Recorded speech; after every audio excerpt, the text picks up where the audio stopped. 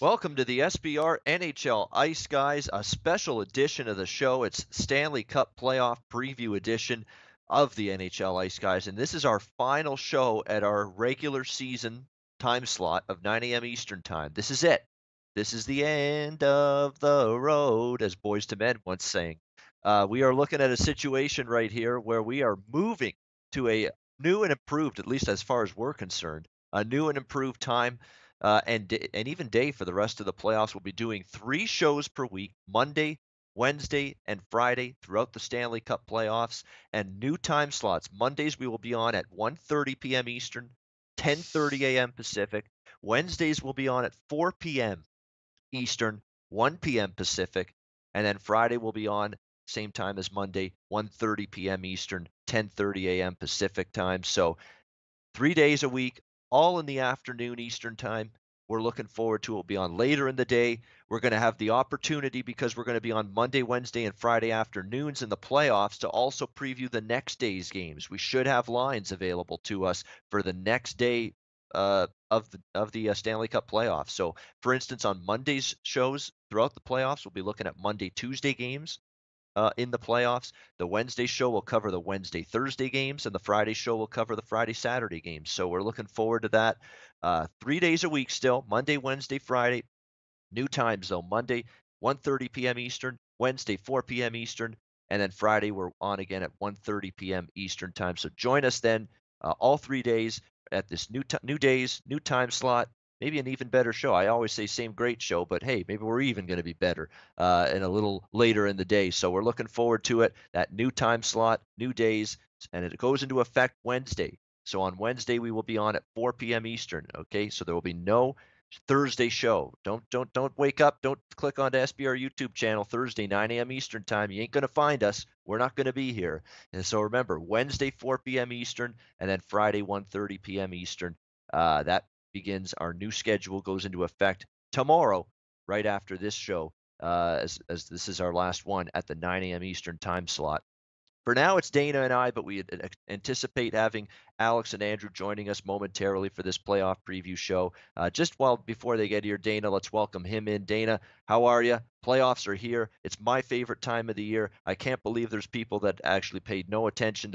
Call themselves sports fans and yet barely watch a second of the Stanley Cup playoffs. As we said off air, Dana, they have no clue, none, zero, no clue what they're missing. That's exactly right. I mean, enjoy your Raptors Wizards matchup. I mean, I'm sure that will be intriguing, but the fact of the matter is, a 1 versus 8 in the National Hockey League is so much better. I mean, it is not even comparable how much better a 1 versus 8 is in, or, 1 versus second wild card is in the NHL compared to a 1 versus 8 in the NBA. Totally agree. I mean, yeah. I mean, we could go on for days about how dull and dreary, and there's just nothing going on in terms of a big upset, big surprise, especially in the first round of the NBA playoffs in recent years. It's not the case in the NHL Stanley Cup playoffs. That's where upsets happen. Look at Nashville last year. It gets in as an 8 seed all the way to the Stanley Cup final. Good luck finding an 8 seed in the NBA that does that.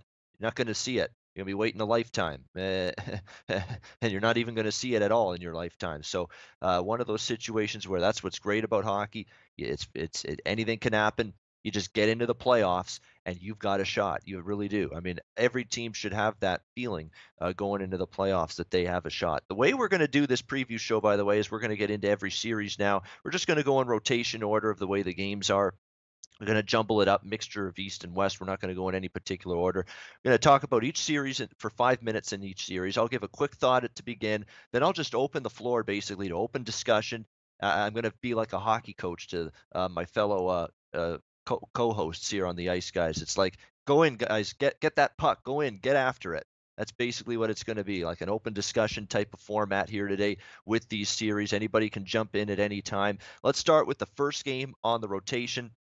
just in order again of the betting rotation, the way it is for game ones. As Andrew's joining us, Alex should be here momentarily. So, Andrew, good to see you. Let's get into it. Minnesota, Winnipeg here, first series on the rotation. Winnipeg Jets, a lot of people liking them. I got to admit, I'm liking them as well. We've talked ad nauseum. There's two big defensive injuries for the Minnesota Wild going into this series with Jared Spurgeon and Ryan Suter. It's obviously a big deal for this Minnesota Wild team.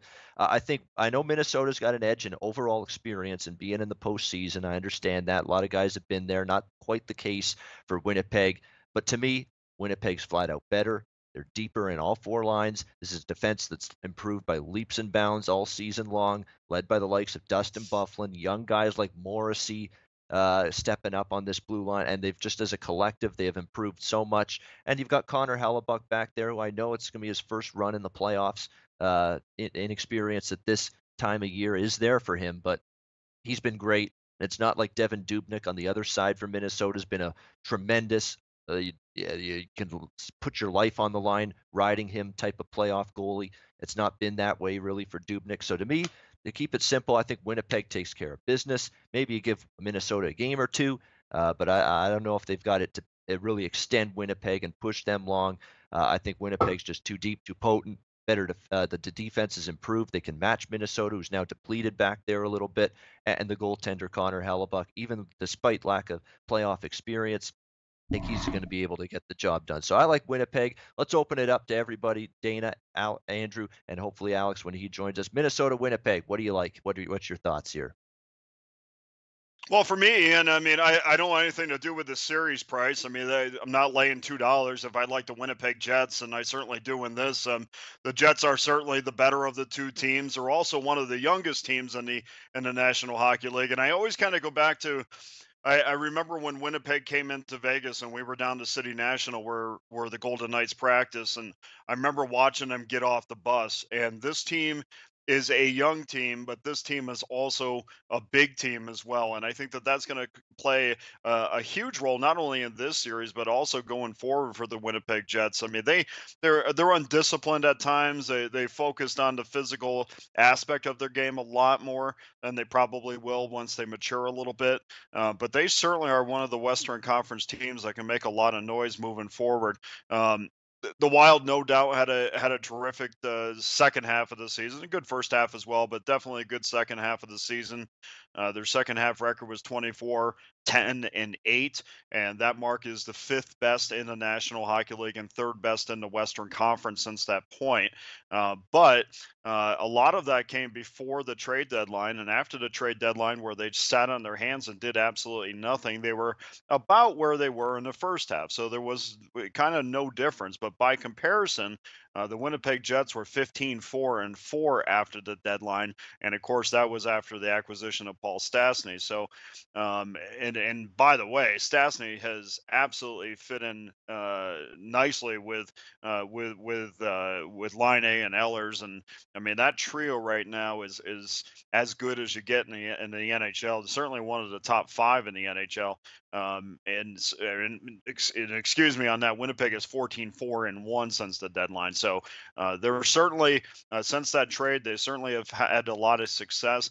The Jets are ranked number one in a category called SRS, and why this is important is we talk about the Jets and their inexperience. Well, they're number one in a category called SRS, which is a way of measuring quality wins. So, despite their youth, they certainly have shown that they can win big games.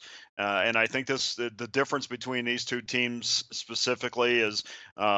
I think the Winnipeg Jets on the power play is they're a lot stronger, and I think that when we look back on this series, we'll see that the Jets power play versus the Wild is going to be the difference. So yeah, I like Winnipeg in this series too, and I don't think it's I think it's going to be 6 games or so, and I think I'm giving the Wild some credit.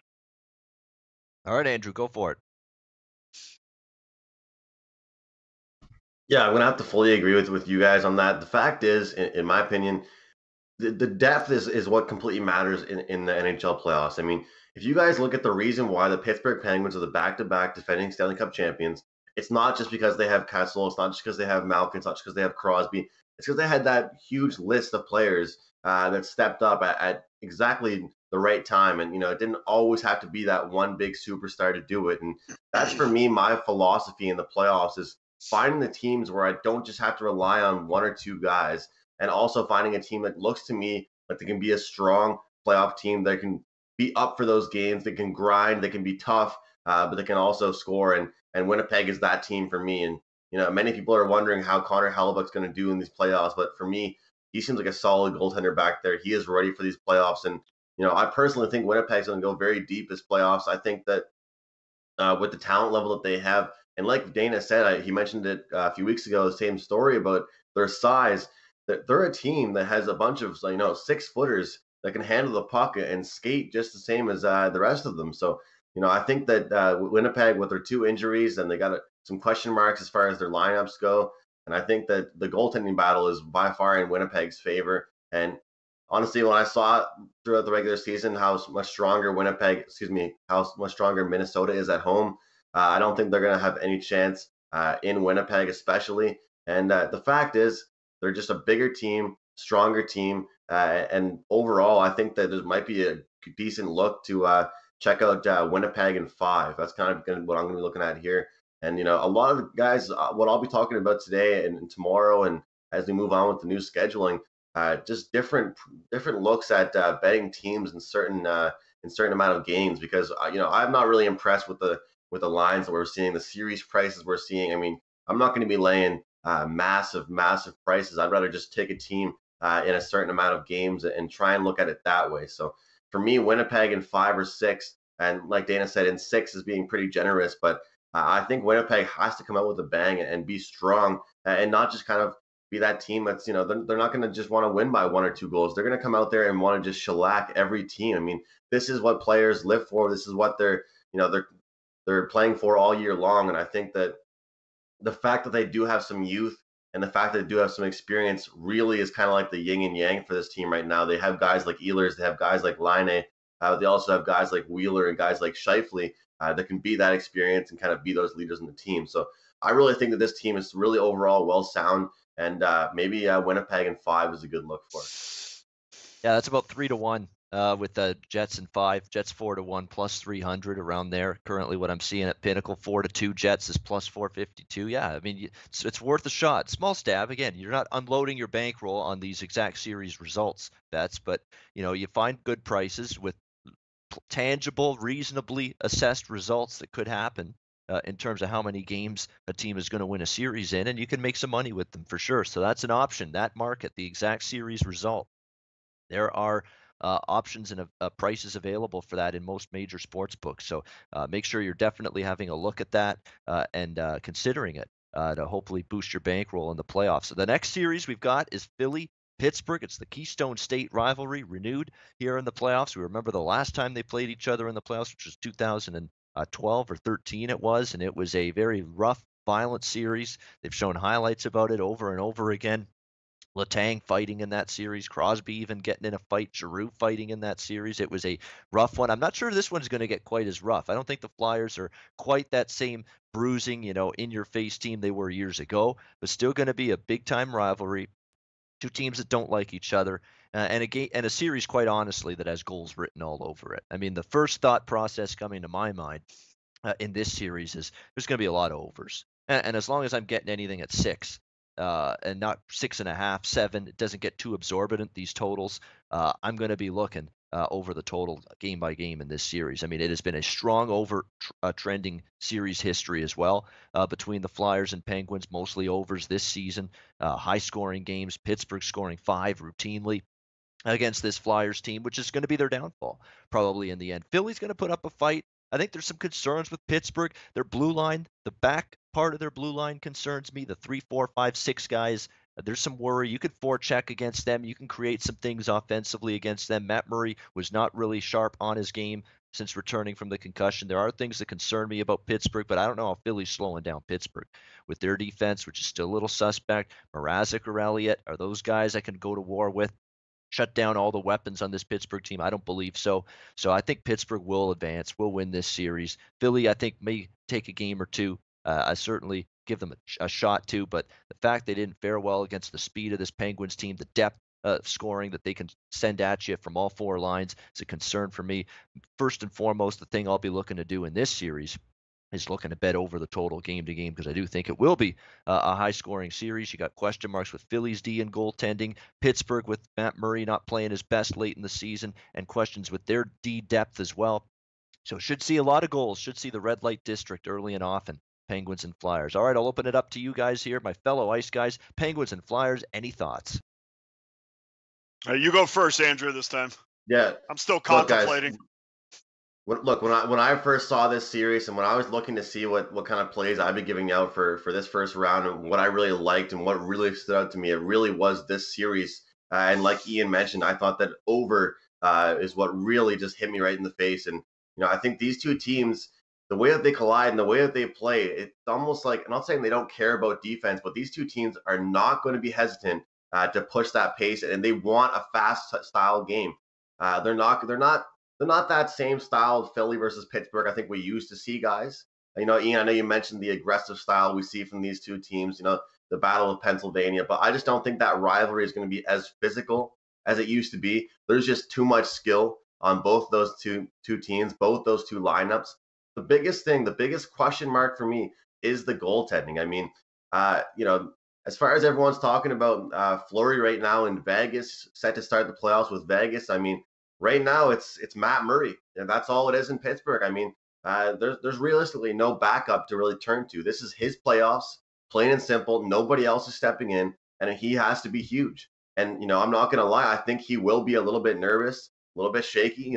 He's obviously has 2 cups at how young he is. I mean, that's obviously fantastic for him, but I think the defensive core for both teams is going to be a little bit shaky, and they're not really going to try and do too much. It's the biggest thing. We can't have both those two teams, their decors, handling the puck too much in their own ends.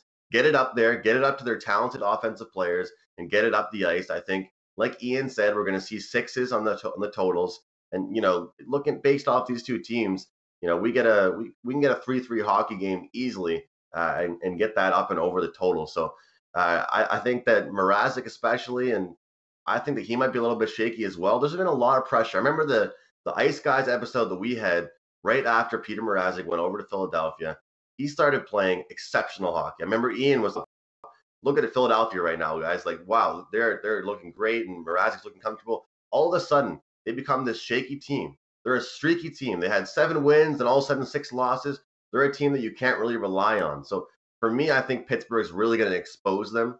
And, I think it's hilarious because I was actually checking out the Low Shack in the Bag show, and I heard Jimmy the Bag saying, well, it's hilarious the disrespect that Pittsburgh's getting right now after they're back-to-back defending the Stanley Cup champions. And I always find sometimes it's those teams that are flying under the radar that are going to probably step it up a little bit more. And I'm not saying it's not going to be a tight series against Philadelphia, guys, but, like I said, this depth down the lineup for this Pittsburgh team is second to none, and people aren't going to realize it until the playoffs start, and Philadelphia is getting exposed from all angles. I think that Philadelphia is one of those teams where they can pull it off, but they're really a one-line team, and there's a few guys that they rely on, but they're really good at doing it. Those other lines, they kind of take up space. They go out there, they forecheck, they're good on defense, but realistically, if Giroux's not doing anything, if Voracek's not doing anything, if Simmons not doing anything, if Konechny's not doing anything, who the hell is doing anything for them? I think that's the biggest problem for them is their depth, and that once they start breaking down defensively, they're not going to have much to really rely on. And that's what I'm saying. So if Pittsburgh starts throwing everything on net, and they get a couple early ones on Philadelphia, they're going to be worried, and this over is going to cash easily. So first and foremost, that's going to be my first pick to give out on this show. Is going to be over 6 in that first Philadelphia versus Pittsburgh game. Should have saved that till Wednesday, but never. That's okay. If you like it, go for it. All right, Dana, go for it. Yeah, I mean, one thing that was 100% accurate about what the Penguins do is that transition out of their own end is they do it almost better than anybody else, and it's almost it really doesn't even matter who's back there. I mean, I could remember having Chris Letang being out for the Penguins, and everybody's saying, well, Letang's out, and there's no way the Penguins defensively are going to be able to hang with guys. But their only goal is to get it out and up to their forwards as quick as possible, so they can get out in transition. And once they do that, I mean, their top six is probably the best in the league. There's absolutely no team, and we've said this 100 times. There's no team in the league that has more depth than the Pittsburgh Penguins. They're a team that feels comfortable about putting a 34 goal scorer on their third line. I know Mike Sullivan has talked about the fact that they might change that up a little bit, but I just don't see that happening. I think they like where their lines are right now. I think that's gamesmanship. I mean, even yesterday at the Vegas practice, you had David Perron was playing on the third line with Reeves, and that's not going to happen. I just think they're throwing things out there at this point in the year. But there is no team that puts more pressure on opposing goaltenders than the Pittsburgh Penguins. They're second in the league in shots on goal, only to the Florida Panthers, and they're barely under the Panthers at that. They're a tenth of a shot below the Panthers, and they seem to be peaking at the right time. They in the last month or so, they've averaged almost 36 shots a game. So I like to look at numbers of what a team has done throughout the course of the year, but I also like to see what they've done over the course of the last month, because current form is a lot more. Is a lot more interesting, or it's a lot more of a representation of what a team actually is than what they did back in October and November. You will also find in the postseason that teams, whatever they are, will get magnified. So if a team is offensively, is a team that predominantly is an offensive team, they'll go from from having 30 to 35 shots a night to going to doing 35 to 40 shots a night, because there's such desperation in these games that it creates more wide open space. And let's not also forget that this year nobody's going to be chopping down on Crosby's gloves, and nobody's going to be using their sticks to slow guys down. So the Penguins are going to even have more room on the ice, and I think that obviously that bodes well from Pittsburgh. I mean, they went through the gauntlet last year when chopping was allowed, and now this year it's not. So I think that's going to even open the ice more for them. Let's not also forget that Pittsburgh easily took all 4 games from Philly this year, and in fact, in each one of those games, the Penguins scored at least 5 goals. We don't have to tell you how great the Penguins power play is, the best in the league at 26%, and they've scored. If you think they're top heavy on the power play, 5-on-5 over the last 3 months, they've scored more goals than anybody in the league. So I think the formula is the same as last year. Get this series over as quickly as possible, which I think helped them last year when they got the series against uh, last year when they got this series against Columbus over quickly. I think that helped them moving forward, and I think that's kind of the goal this year.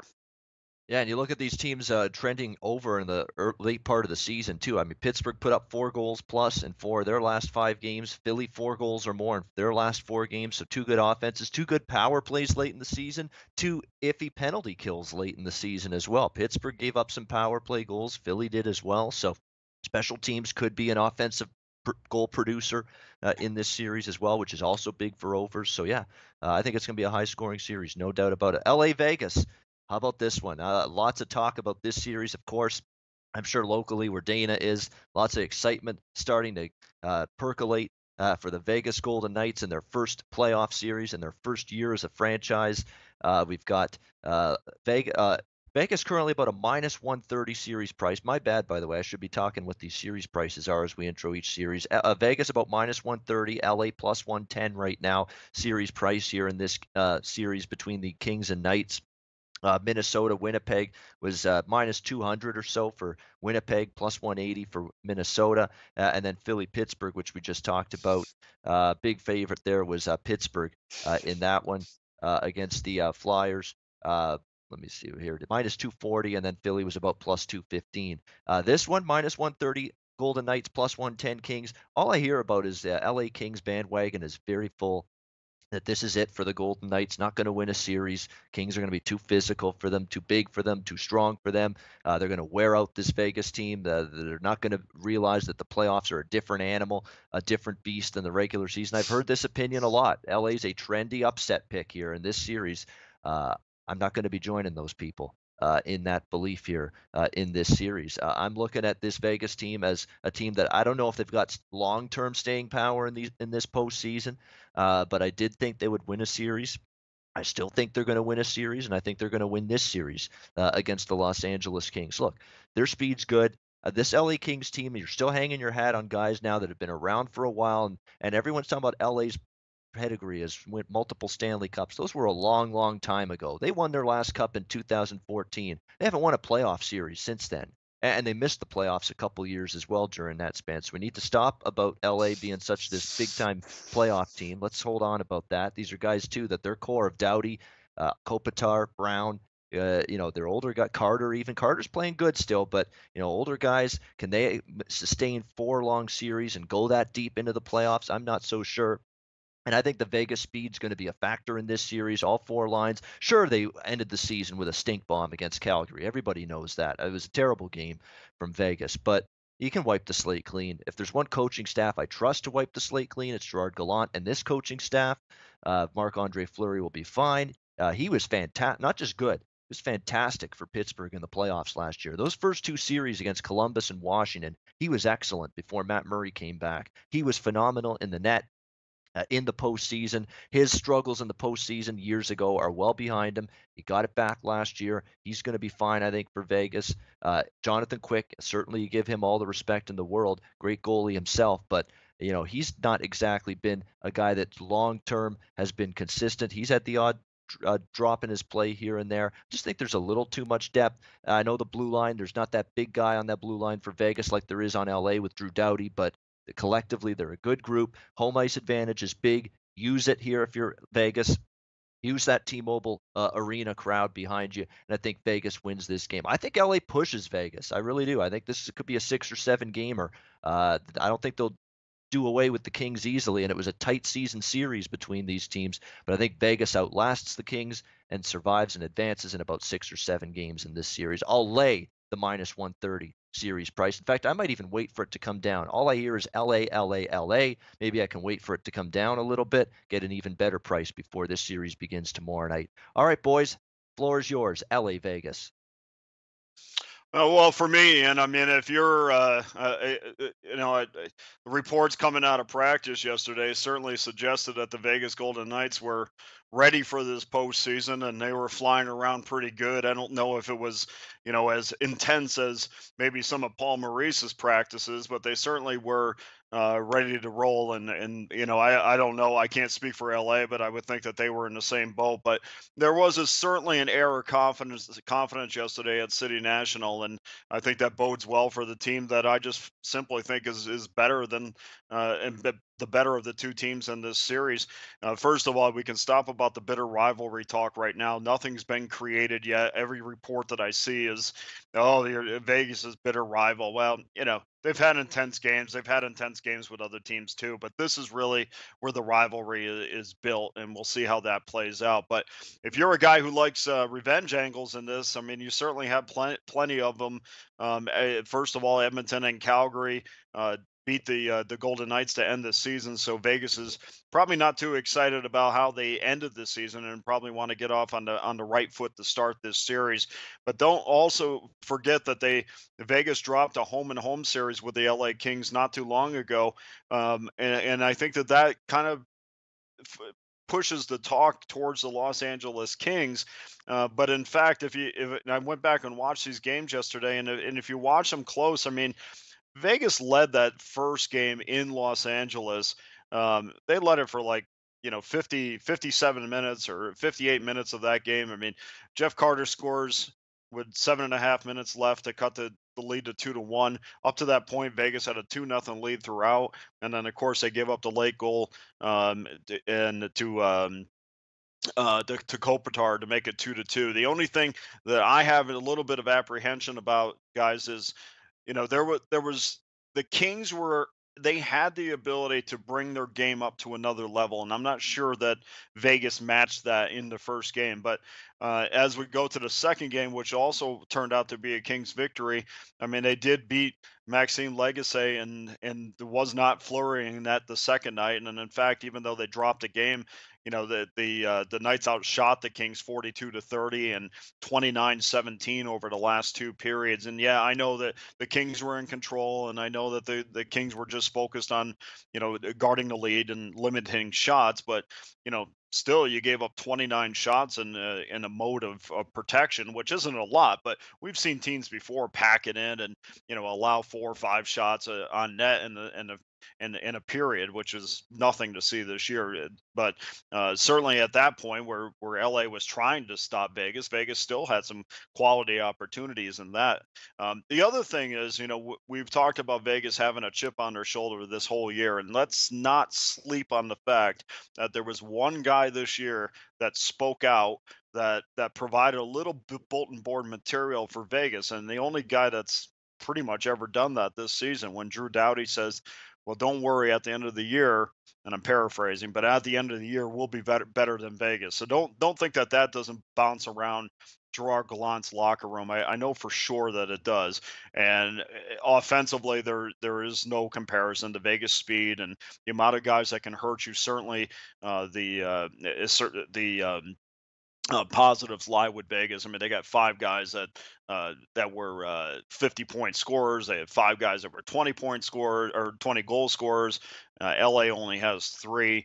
The Corsi advantage between these two teams this season certainly is in favor of Vegas. And if you want to talk about LA and their postseason experience, all I have to do is point between the between the pipes and point over to Marc-Andre Fleury, who has a ring, and has a ring recently. So I like Vegas in this series. I like them in 6. Not drinking the LA Kool-Aid here. Andrew.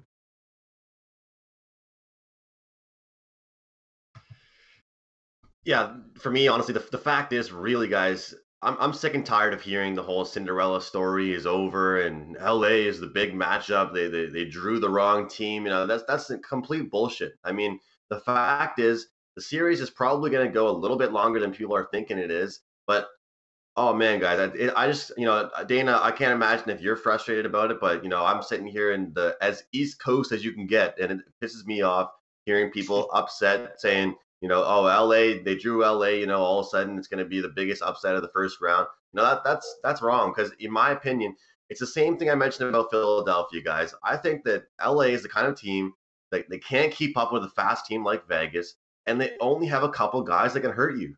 That's the fact is, in my opinion, they only have a couple guys that are really going to do any damage. And one thing people don't notice about this Golden Knights team is that, like you mentioned, Dana, they've got 4 or 5 guys that are going to do that for you, but they don't spend a lot of time in their own end. You mentioned about Pittsburgh, Dana, but I find this about the Golden Knights as well. They are successful. They don't waste any time whatsoever. Their defensemen don't handle the puck. They don't goof around.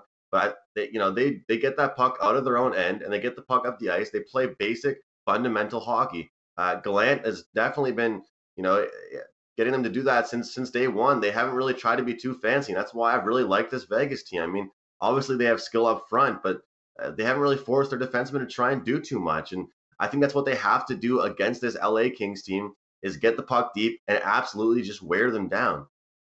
I'm tired of people using the word experience as too much of a good thing when it just means old. There's a difference between experience and old. I'm not saying that these guys on LA can't step up and can't make big plays. I expect Jeff Carter to have an excellent first round and certain guys like that. But the fact that people are saying that Vegas is running into LA and all of a sudden that's the big upset of the playoffs. I'm riding with Vegas. I think that Vegas is going to win it probably 6 or 7. Don't count on this to be a short series, absolutely, but one thing I want to say, this probably could be an under series as well for me. I'll be looking to bet the under the total a lot in this one, especially in LA. And the second that series price that price opens up for in LA, I'll be looking at the under. But curious to see, guys, what that first game looks like. But for me, I think Vegas's speed does not just matches up way too well against this Kings team, and I don't think they're going to know what hit them. I mean, one thing people have to realize, guys. The regular season is gone. It is out the window. I mean, you can look at what happened in the regular season. You can look at stats, but the fact is you have to start realizing playoff teams. How are teams going to play in the playoffs? And people keep trying to say that LA is more of a playoff team. They're going to be physical. They're going to push Vegas around. How about the other angle? How about Doughty's going to go for a hit and Carlson's going to slide right around him and have a one-on-one breakaway. How about that? Because I think the defenders are way too slow, and the lines that LA Kings have to offer versus this speed of Vegas is unmatched. And I can't wait to watch it and just see the commentators look so shocked just at the compete level of this Vegas team. I mean, you want to talk about motivation? You want to talk about using the word motivation in sports handicapping? I think that anyone that says that's not a factor is wrong, because it's motivation at a certain time. It's literally a franchise expansion team coming in with an extraordinary season. Someone's out there right now trying to pretend this is a rivalry in the making, even though it's the closest one that they have, but it's no rivalry yet. It's their first year in the league. How is it a rivalry in the making right now? I mean, it's the first round of the playoffs, and I don't care what anyone says. If anyone's going to have more jump in their step, if anyone's more pumped for the playoffs than the city of Vegas and this expansion team, it's not going to be just one or two guys lighting the lamp for them. It's going to be the entire team bringing that energy. So I'm riding with Vegas. The X factor to me before we move on to the next series, Phaneuf. Phaneuf has played really well for the LA Kings. If he plays a very good series, they've got a chance, LA, and they might even win it. If he doesn't, and he turns the puck over, makes mistakes under pressure when speed gets on him from opposing forwards, and he's prone to mistakes. I've seen it happen to him when he's pressured with speed. Then Vegas is going to win this series. I think his play is going to be big for this Kings team because he's got to support Doughty and Martinez. It's Doughty, Martinez, and him, and a bunch of youth behind him on this Kings blue line. So that's going to be the key, I think, for this LA team, is how Dion Phaneuf plays for them in this series. New Jersey, Tampa Bay. I'm going to be brief on this one. I took a peanut at the plus price on New Jersey here. It's not easy to do that. I'm not overly confident they win the series, but I think they're absolutely going to push Tampa Bay and make this a sweat and a grind and a tough one on them. Taylor Hall has been fantastic. They got secondary scoring late in the season. They got Zaka scoring for them. Noeson started scoring some goals for the Devils team. Even Zajac started to come to life a little bit. Keith Kincaid, you can't argue that he's been very good down the stretch. He's been terrific in these first playoffs, obviously, but I trust him a little bit. I think they're going to push Tampa. I don't like the defensive play still from Tampa late in the season. Vasilevsky, we've talked ad nauseum, is the number of games he's played catching up to him. So New Jersey at the plus price, I think it's worth a flyer. Not strong on it, not my favorite series bet. Worth a shot, though. I think Jersey is live to at least make this an interesting series. Dana and Andrew, have at it. Go ahead, Andrew. Yeah, you know what? I was really hoping to see Leafs versus Lightning, guys. But looking at this series, I think that everyone has to realize the common theme, at least going to be coming from me, and I know you guys have both mentioned it, in the playoffs is depth and people you can rely on. Thinking about guys, I coach in my spare time, and you always talk about plus minus. What are you doing good for the team, and what are you doing bad for the team, and what's positive, what's negative for your team. And I think as far as this Lightning team goes, they make far too many mistakes, and everyone thinks it's okay because they casually make up for it by scoring 4, 5, 6 goals, guys. And in the playoffs, I can't see them scoring that many goals. This Tampa Bay Lightning team is a lot more sloppy than people think they are. And I saw a lot of people saying online, this Tampa Bay team is actually a pretty soft team as well. I don't think they're actually prepared for this playoffs. I don't think they're ready for that bump and grind. I don't think they're ready to win 16 games this playoffs. I don't think they're ready for 4 series. And I think New Jersey actually is capable of doing that. They have the all-stars. They have the players that can put the puck in the back of the net. They have those top 2 lines. But, they also have guys like Patrick Maroon down there in the third line that are going out there for their 40-second shift to just bang around bodies and cause some destruction. So I think that this series is going to be a lot closer than people think. New Jersey's going to have to keep this series low scoring, and they're going to have to keep the pace very, very slow, keep the puck out of their own end as much as they can. Friggin' ice the puck if you have to. Give your teammate a target. Their breakout's going to have to be the biggest key for them. But again, as far as goaltending matchup, I think Tampa Bay has it, but Schneider or whoever is going to have to be very, very strong. I don't even think we're going to see the same goaltender throughout the entire series for New Jersey. They might be tampering around with it. But the only thing that really questions me, guys, for New Jersey is if you look at the stats for their team, it's Taylor Hall way up here, and then Heischer down here, and then everybody else way, way lower.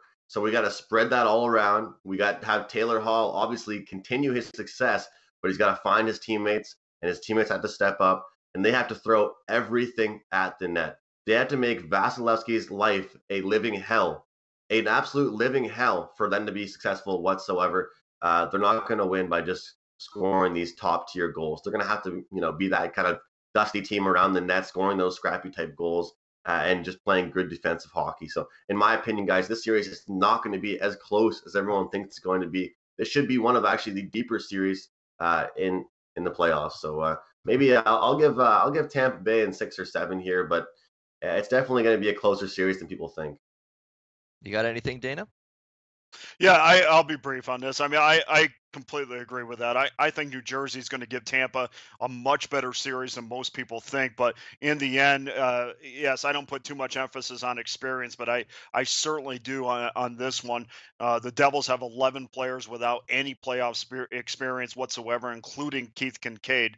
They have just 590 games total, and you compare that with Tampa Bay, who has almost 1,145 total playoff game experience, and Brian Boyle himself has 106. If you average it out per person or per player, Tampa Bay has an average of 48 games of playoff experience by comparison to New Jersey, who has 23.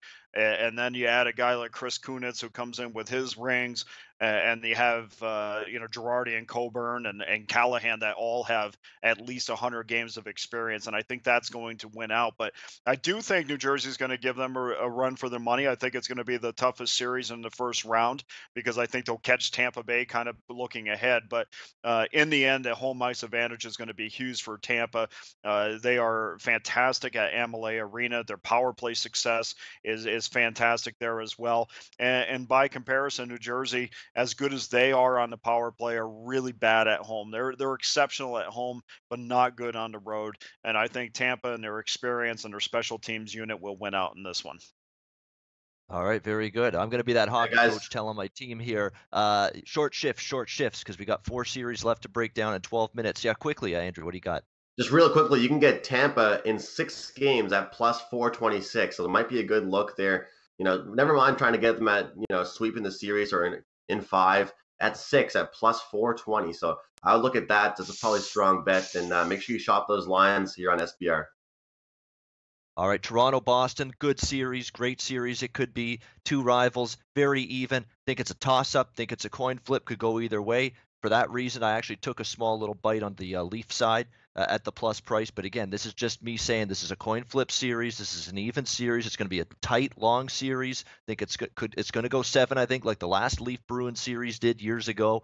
And I think it's going to be up for grabs. I like both teams a lot. I didn't love the way Boston finished this series, the season kind of limping home. That's a concern to me a little bit. I didn't like the turnovers against Florida. My goodness.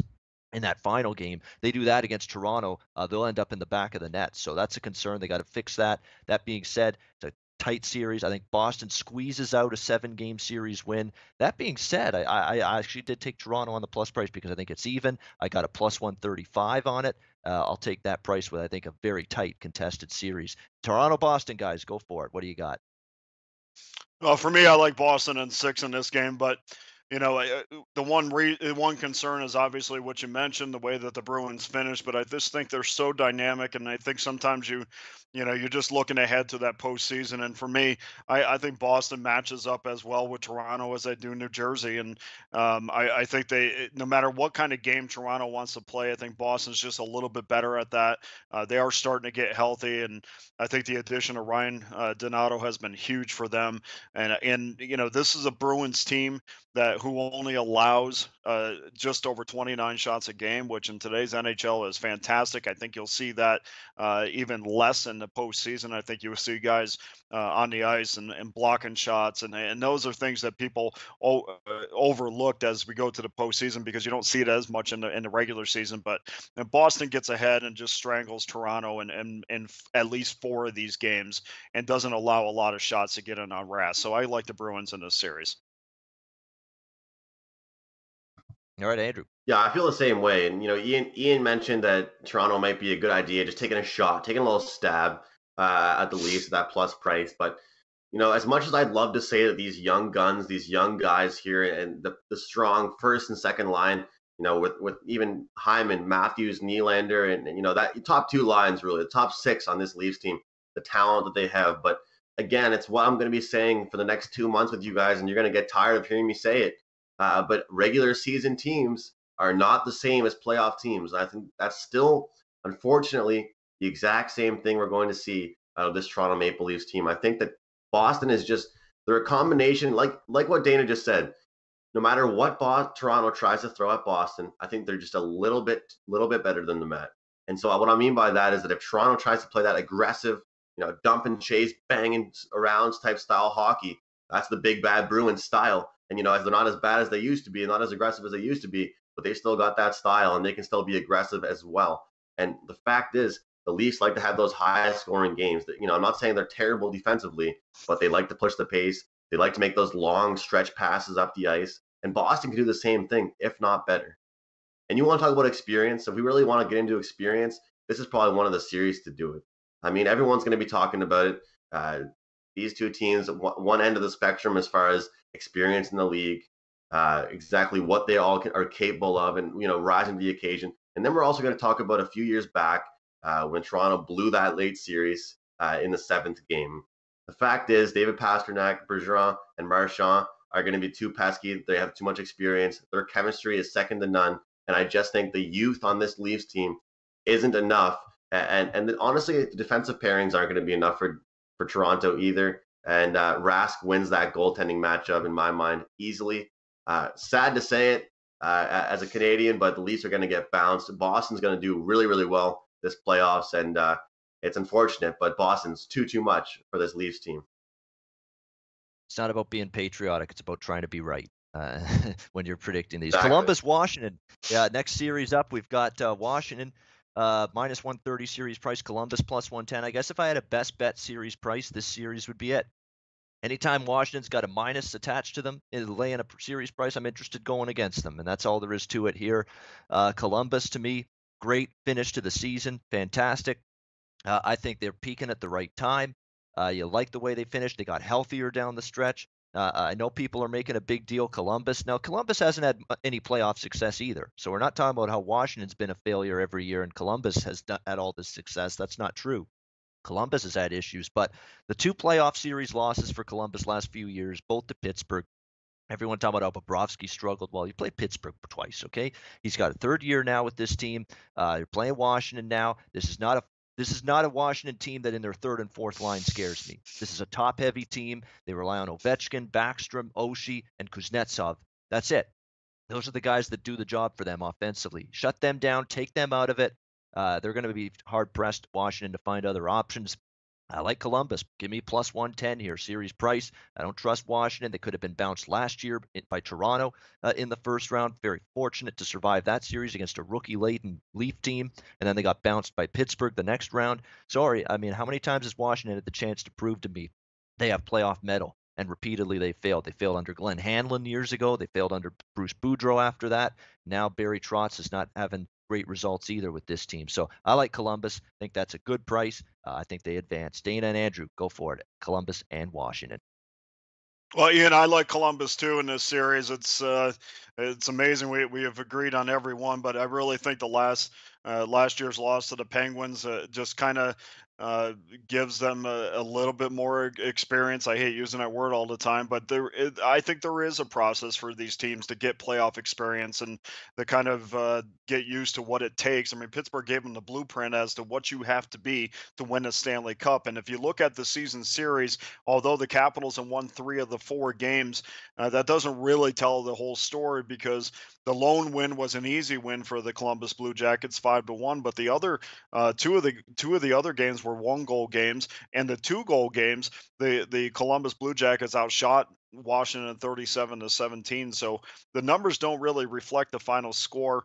Washington may be the better of the two offensively on paper, but over the last month, Columbus is number 1 in total goals scored, and it's been well documented the goaltending issues for the Capitals. I mean, I can't trust Holtby at this point. I can't trust Grubauer at this point. In fact, Grubauer has next to no playoff experience, and Braden Holtby, has been, he hasn't had two quality starts since a home and home series against the Columbus Blue Jackets, and that was in early February. So I can't trust them from a goaltending standpoint. Capitals are dead last in the league in shots per game, and I think that that's going to be a real issue against the Columbus Blue Jackets, who I feel are going to be in that 30 to 40 shot range per night. On a consistent basis, so I too like the underdog in this series in the Blue Jackets. All right, Andrew, we're very short on time. Quickly, what do you got here? Yeah, I'll just start by saying, guys, if you're gonna get a 5.5 at any point, and I believe the opening game, if you're gonna get a 5.5 at any point this playoffs with the Capitals, I recommend getting on.